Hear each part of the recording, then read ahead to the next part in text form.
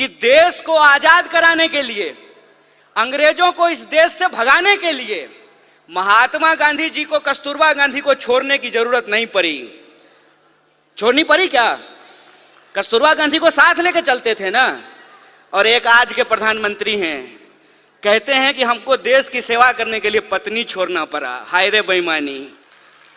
मेरी एक दोस्त है, उसने मुझे कहा एक दिन कि मुझे मोदी जी बहुत पसंद हैं। हमने कहा कि तुमको हम ना पसंद हैं यह बात कोई दिक्कत नहीं है, लेकिन तुमको अगर मोदी जी पसंद हैं तो एक बात हम तुमको कहना चाहते हैं, ईश्वर करें कि तुमको मोदी जैसे ही पति मिले।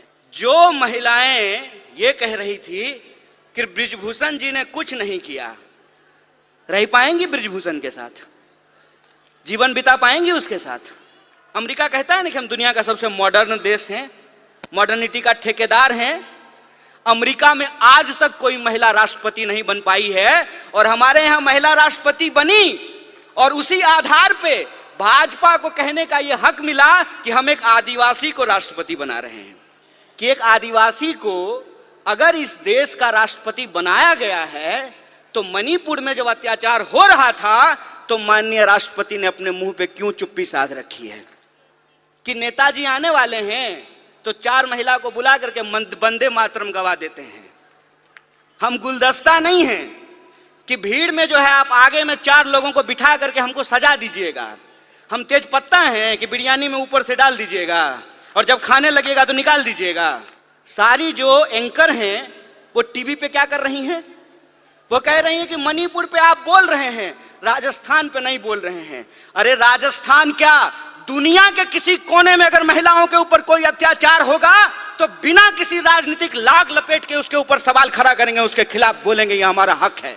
धन की देवी लक्ष्मी है, विद्या की देवी सरस्वती हैं। तो धन की देवी जब लक्ष्मी थी तो राइट टू प्रॉपर्टी का अधिकार क्यों नहीं दिया गया? यह प्रश्न पूछना चाहिए ना। जब विद्या की देवी सरस्वती हैं तो महिला और पुरुष को पढ़ने का अधिकार क्यों नहीं दिया गया? जो ये कहता है निर्भया कांड के दौरान कि अगर वो उस बलात्कारी को भैया भैया कह करके माफी मांगती तो उसकी जान बच जाती, उसी मानसिकता के लोग जब आज सत्ता में बैठे हुए हैं, तो आपको लगता है कि निर्भया के न्याय के लिए जो कानून आया वो कानून बन पाता? वो कानून इसलिए बन पाया क्योंकि कांग्रेस का नेतृत्व सोनिया गांधी के हाथ में था। इस बात को याद रखिएगा। हमारा मानना है कि मौजूदा वक्त में समाज का कोई ऐसा तबका नहीं है जिसको अपनी लड़ाई सिर्फ अपने लिए और सिर्फ अपने दम पर लड़ने की जरूरत है। हम जिस दौर में हैं, जिस वक्त में हैं, उसमें हर डिस्कोर्स में एक इंटरसेक्शनैलिटी है। इंटरसेक्शनैलिटी कहने का मतलब यह है कि अगर हम सुरक्षा की बात करें तो सुरक्षा किसी एक तबके की नहीं, पूरे समाज की जरूरत है। अगर हम गरीबी उन्मूलन की बात करें तो यह किसी एक जेंडर के लिए नहीं, बल्कि यह सभी जेंडर पे लागू होता है। और अगर हम किसी भी तरह का समूह उसको ट्रेस करने की कोशिश करें सोसाइटी में, तो हम उसमें एक इंटरसेक्शनैलिटी को देखते हैं। इसीलिए हमारा मानना है कि आज के वक्त में जो आंदोलन अलग अलग हो रहे हैं, उन आंदोलनों को मिलाने की जरूरत है, उनको इकट्ठा करने की जरूरत है। मतलब विद्यार्थियों का आंदोलन है, लेकिन वो महिला अधिकारों का भी आंदोलन होना चाहिए। किसानों का आंदोलन है, लेकिन वो महिला सम्मान का भी आंदोलन होना चाहिए।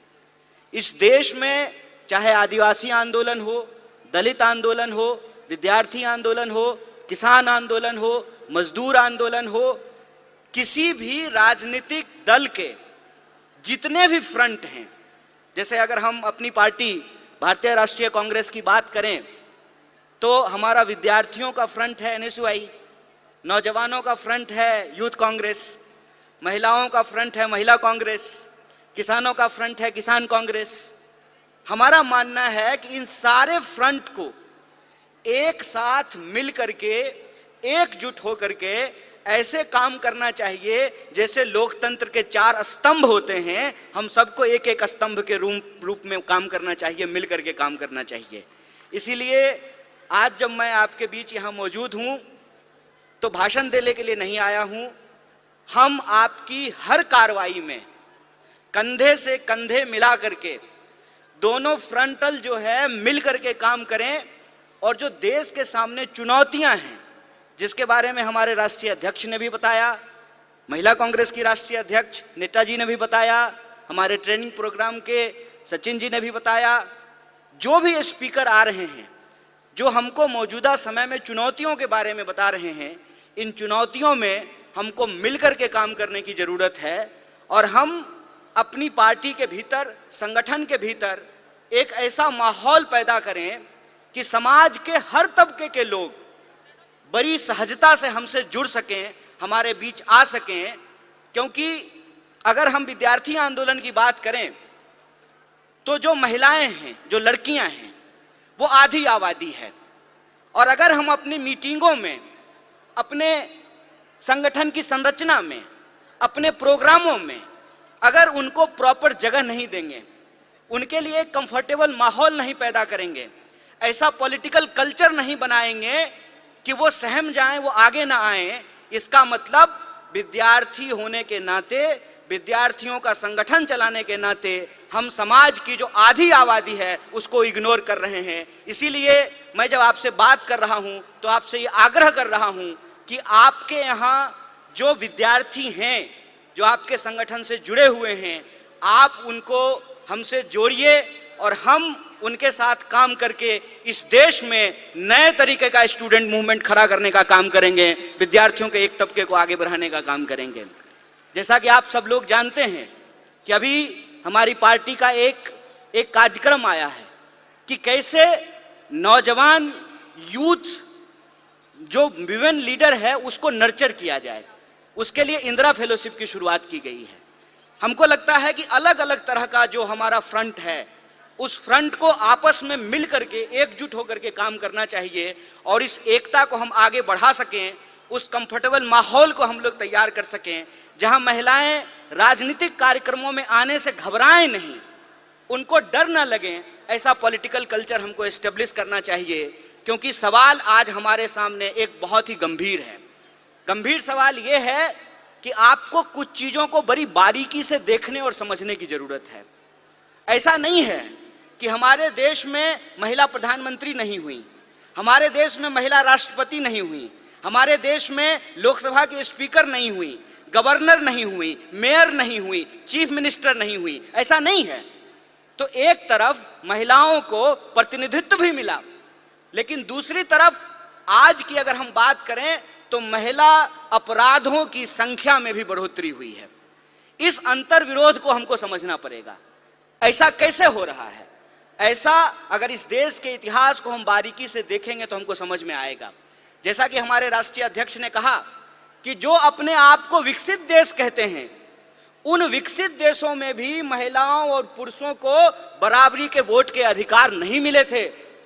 अमेरिका में 1 पर्सन 1 वोट के लिए एक बहुत बड़ा आंदोलन किया गया था, लेकिन ये हमारे पुरखों की देन है, जो हमारे फाउंडिंग मदर्स एंड फादर्स हैं, उन्होंने इस तरीके का संविधान बनाया कि आजादी के साथ ही हमको वोट का अधिकार मिल गया।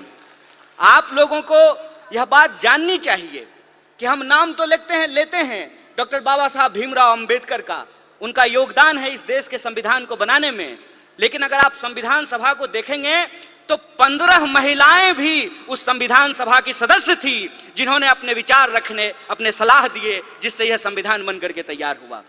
वो 15 महिलाएं थी और वो अलग अलग समुदाय से थी, अलग अलग जो है क्षेत्र से थी, अलग अलग पृष्ठभूमि से थी। उन्होंने अपना योगदान दिया है। इस देश के इतिहास को अगर हम देखें तो आप महात्मा गांधी के योगदान को भुला नहीं सकते हैं। सबसे ज्यादा जो एंटी कॉलोनियल मूवमेंट पूरी दुनिया में हुआ, महिलाओं को आंदोलन से जोड़ने का काम अगर किसी व्यक्ति ने किया तो उस व्यक्ति का नाम महात्मा गांधी है। और आप देखिए कि देश को आजाद कराने के लिए, अंग्रेजों को इस देश से भगाने के लिए महात्मा गांधी जी को कस्तूरबा गांधी को छोड़ने की जरूरत नहीं पड़ी। छोड़नी पड़ी क्या? कस्तूरबा गांधी को साथ लेकर चलते थे ना। और एक आज के प्रधानमंत्री हैं, कहते हैं कि हमको देश की सेवा करने के लिए पत्नी छोड़ना पड़ा। हाय रे बेईमानी। मेरी एक दोस्त है, उसने मुझे कहा एक दिन कि मुझे मोदी जी बहुत पसंद हैं। हमने कहा कि तुमको हम ना पसंद हैं यह बात कोई दिक्कत नहीं है, लेकिन तुमको अगर मोदी जी पसंद हैं तो एक बात हम तुमको कहना